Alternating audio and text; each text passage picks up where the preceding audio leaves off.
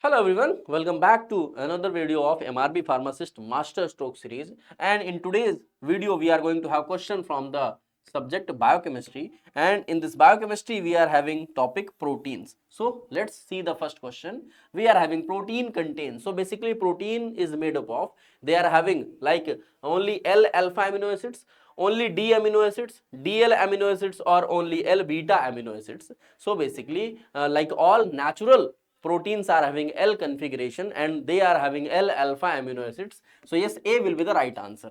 A will be the right answer, and this L and D configurations are basically obtained via a relative configurations, like if the carboxylic and the R group, these are some common groups. So we are having like NH2, if it's present on the right side with respect to this least oxidized carbon, or you can say the alkyl group, then it will be a like a D configuration. And when this NH2 is present here and H is present on that position, like with respect to this R group, if NH2 is present on the left side, then it will be having a L configuration. So all the natural amino acids are having L configuration, while in case of sugars, all the natural sugars, or you can say natural carbohydrates, are having D configurations, naturals. Okay, so yes, it will be the right answer.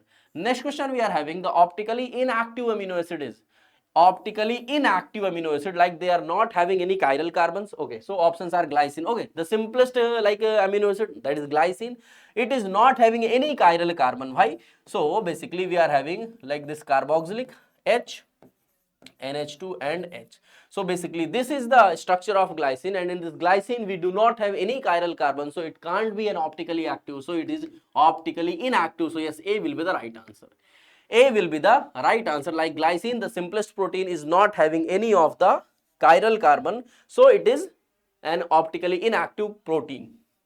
Now the next question, before going ahead with the next question, we are having like Mrb Pharmacist also conducting, we are also conducting the test series that is already running, and this test series is actually free of cost.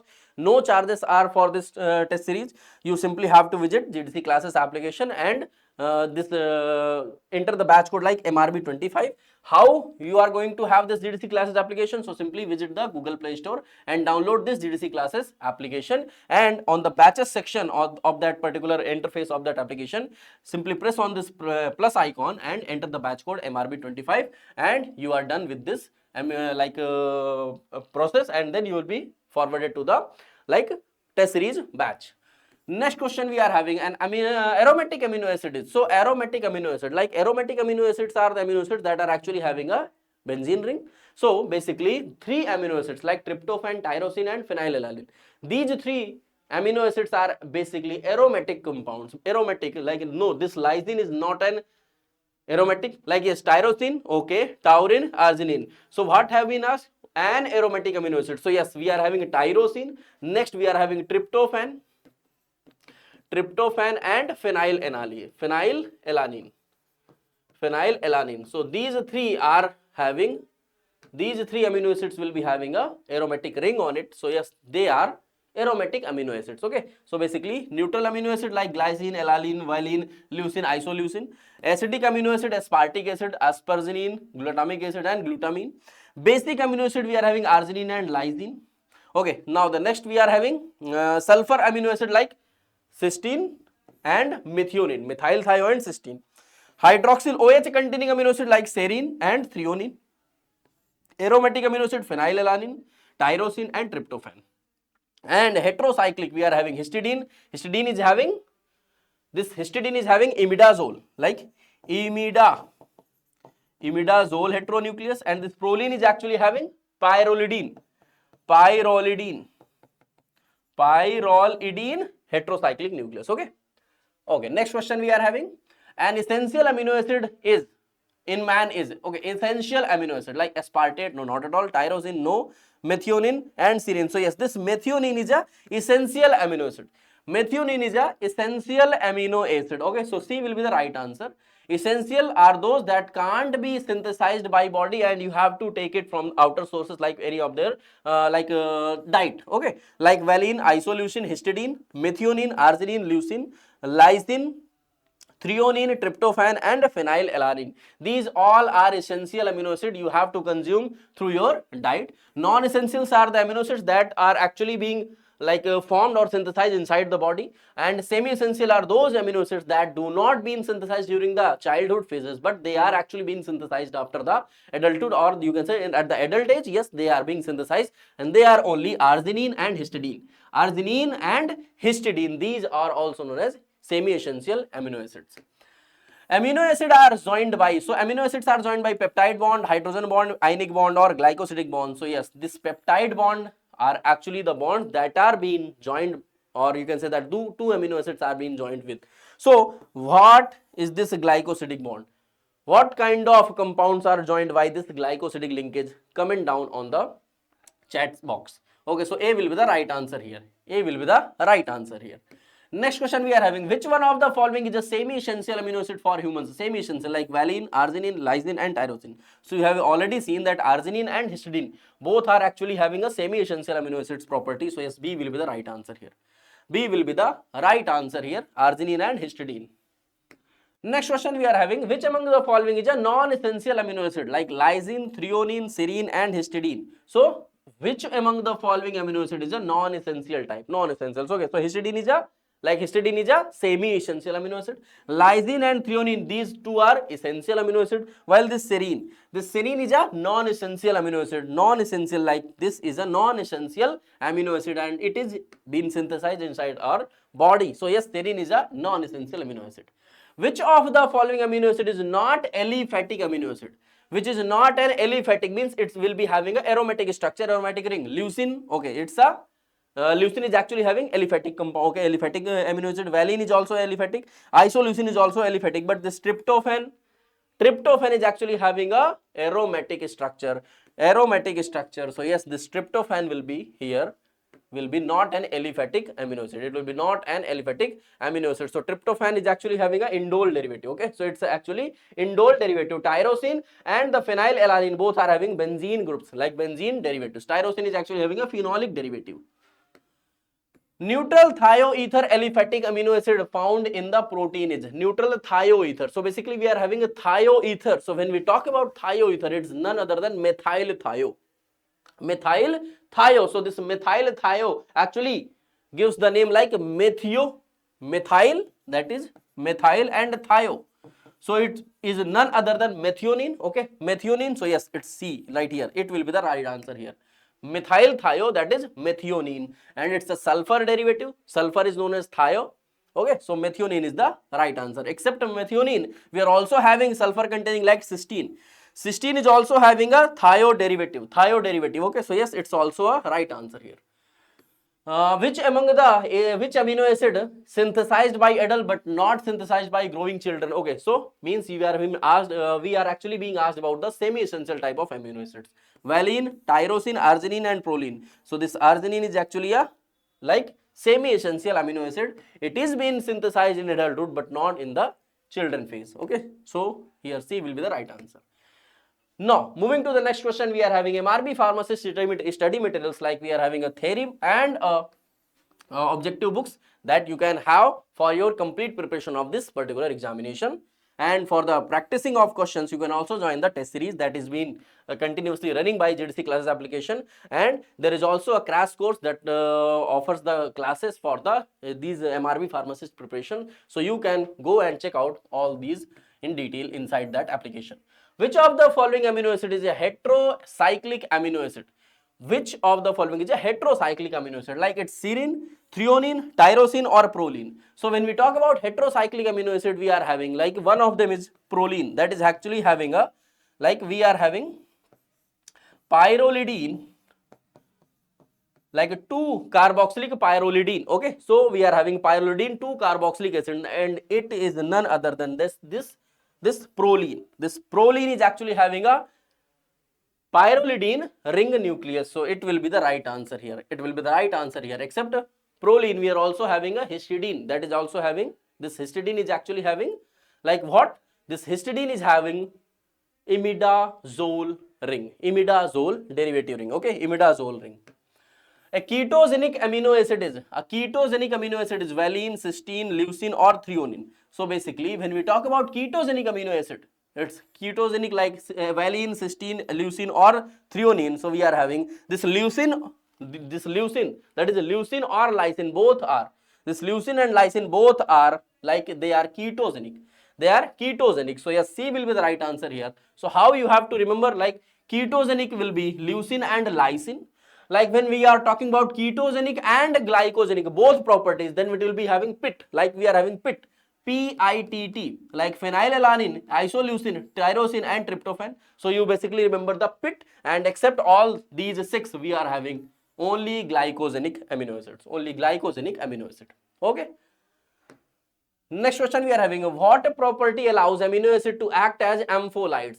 What property? What property? So ampholytes basically means that they can act as a acid as well as bases. So presence of both carboxylic group and amino groups, this makes them ampholyte. Presence of carboxylic only, presence of amino group only, presence of hydroxyl. So this carboxylic group actually provide acidic character, and this amino, that NH2 group, provide basic character. So yes, this A will be the right answer. Due to this A option, the amino acids are having ampholyte characteristics. Okay, ampholyte characteristics. So they can donate proton or accept a proton, hence amino acids are regarded as ampholytes. What is the zwitterion in the context of amino acid? What do you mean by zwitterion? So zwitterions means they are having negative as well as positive charges. So after the donation of a proton from carboxylic, we are having a negative charge like carboxylate ion, and after acceptance of a proton from that particular NH2 group, it will be having a ammonium ion like positive charge. So what will be the zwitterion here? The amino acid with the neutral charge carrying a free carboxylic and amino group. The amino acid carrying a hybrid molecule containing both positive and negative ionic group. So negative on a carboxylate and positive on that particular nitrogen. So yes, this B will be having the amino acid being a zwitterion. So B will be the right answer here. B will be the right answer here. Okay. Next question we are having, at isoelectric point protein gets. So isoelectric, that is the point where the number of total negative charge and positive charge are balanced out. As you know that proteins are actually existed in the zwitterion form. So if the total charge is neutral, that is total in the total amino acids are having positive and negative charge balanced out, at this point they gets precipitated. At this point they gets precipitated, and this point is actually known as isoelectric point. So at isoelectric point the protein gets precipitated. The protein gets precipitated. So B will be the right answer here. B will be the right answer here. Okay. The protein gets precipitated. The isoelectric point is the pH at which the protein has no net charge, meaning the positive and negative charge on the protein molecules are balanced out, and at this point the protein gets precipitated. Next question we are having, how are proteins defined? Proteins are defined as polymers of beta amino acid joined together by glycosidic linkage. No, this glycosidic linkage is not present inside that protein molecules.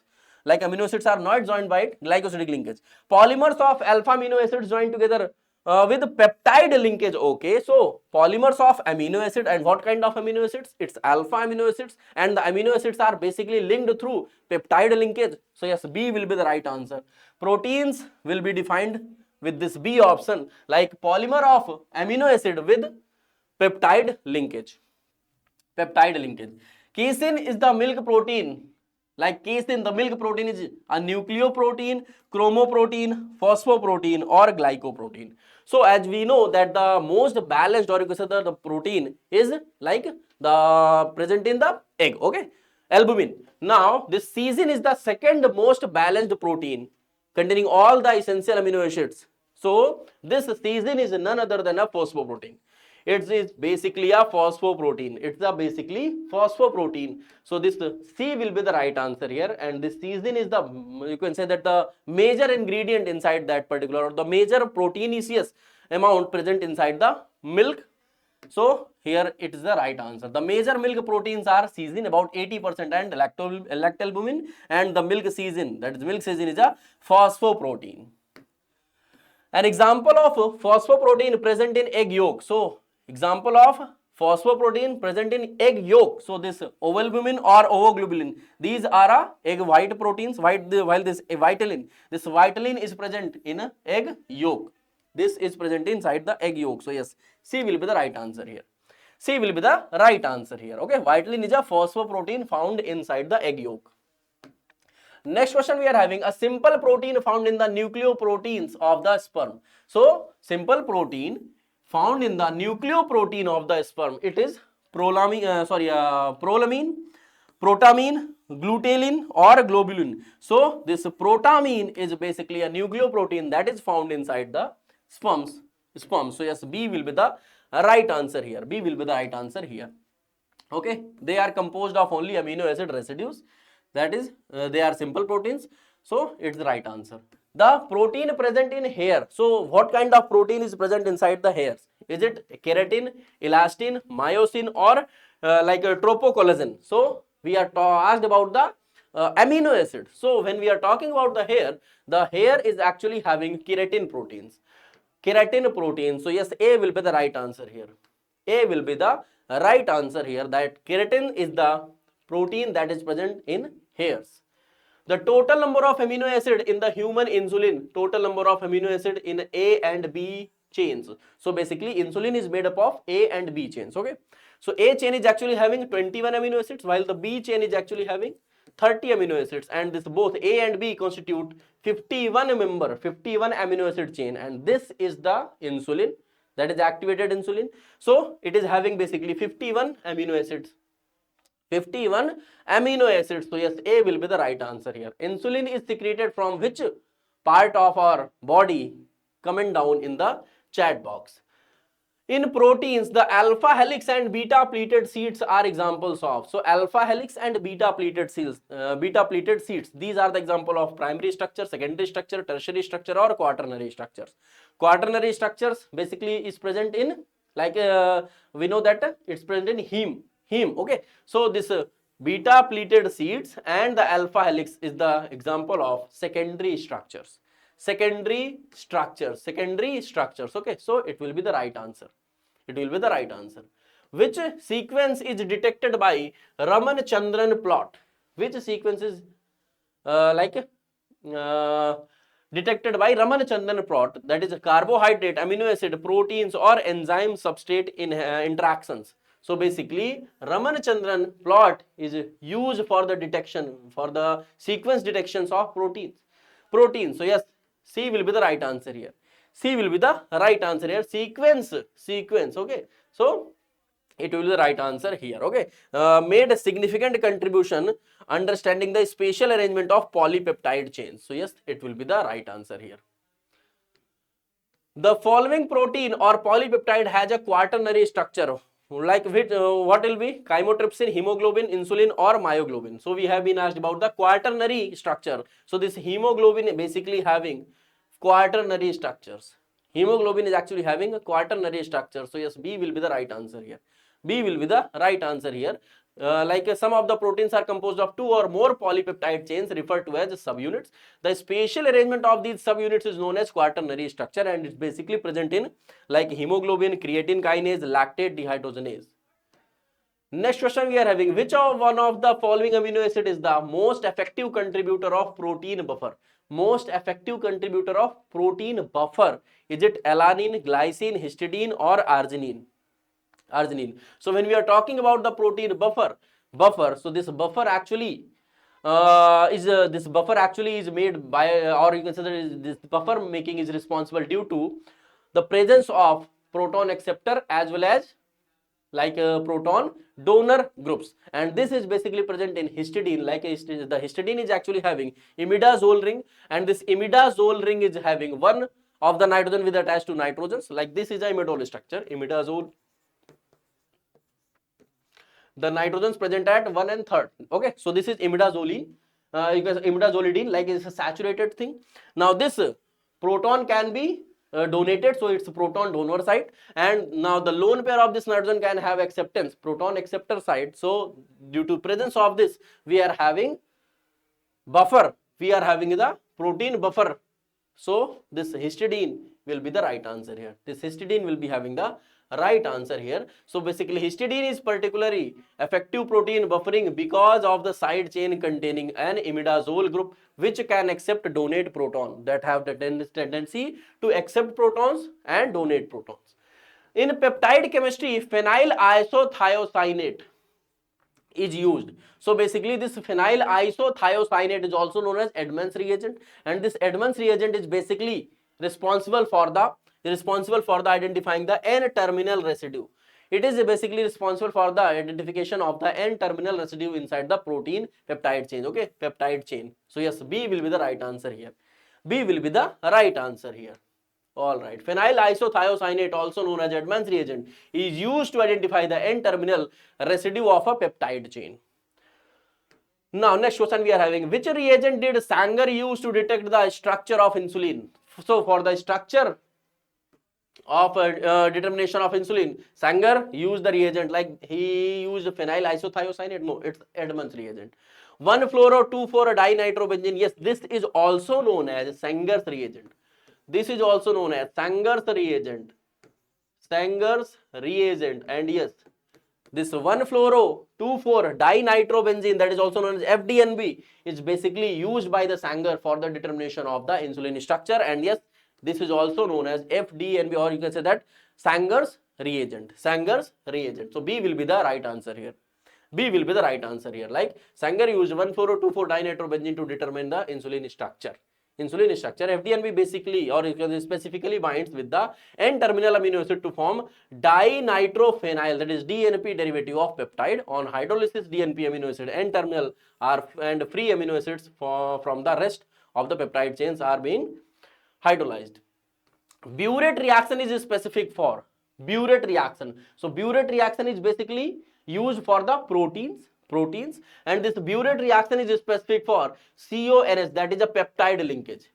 That is also known as peptide linkage. So it is used for the protein, so it will be basically effective in the peptide linkage. So yes, A will be the right answer here. A will be the right answer here, like this is a peptidal linkage. Peptidal linkage. The principle of burette test is conveniently used to detect the presence of protein in biological fluids. This is the basis for burette test used for the identification of proteins and peptides. Burette test is answered by compounds by containing 2 or more CONH group. That is also known as peptidal bonds, peptide linkage. So Sakaguchi's reaction is specific for. So Sakaguchi reaction is specific for tyrosine, proline, arginine, and cysteine. So basically, this Sakaguchi reaction is used by. So it's used for arginine. It is used for arginine. Why? This Sakaguchi reaction is basically effective for the guanidine compounds. The guanidino moiety basically gives this reaction, and this guanidino, or you can say this guanidine moiety, is basically present in arginine. Okay, so arginine is having guanidine moiety. So yes, C will be the right answer here. This will be giving Sakaguchi positive test. Okay, Sakaguchi positive test. Okay. Sakaguchi is chemical test used to detect presence of arginine in proteins, and this is because arginine containing guanidino group react with alpha naphthol and alkaline hypobromide to form a red color complex, and this is why you can say that the arginine gives a positive Sakaguchi reaction. Poly's test is used for the detection of which functional group in proteins? This Poly's test, like carboxyl, imidazole, amino, or sulfahydryl. So this Poly's test is basically used for the determination of the functional group imidazole. So yes, B will be the right answer here. Poly's test is basically used for the determination of the imidazole. Okay, so burette reaction is for 2 peptide linkage, ninhydrin for alpha amino acid, xanthoprotic for aromatic compounds for benzene ring of aromatic amino acids, Millen's test for OH, that is hydroxyl phenolic group like tyrosine, Hopkins-Cole reaction for indole ring, Sakaguchi for guanidino ring like arginine, nitroprusside for sulfahydryl groups, sulfur test for sulfahydryl groups, Poly's test is used for the imidazole ring, that is histidine, and this the Follin-Coe-Calteu test, that is used for the phenolic group in tyrosine. Okay, so Millen and Follin, both these reagents are used for the tyrosines. Okay, so yes, this will be the right answer here, and these are the questions from the protein topic of the biochemistry. I hope you enjoyed the questions a lot. I will be meeting you again with some new questions from new topic. Alright, so thank you so much for joining to us. Thank you all.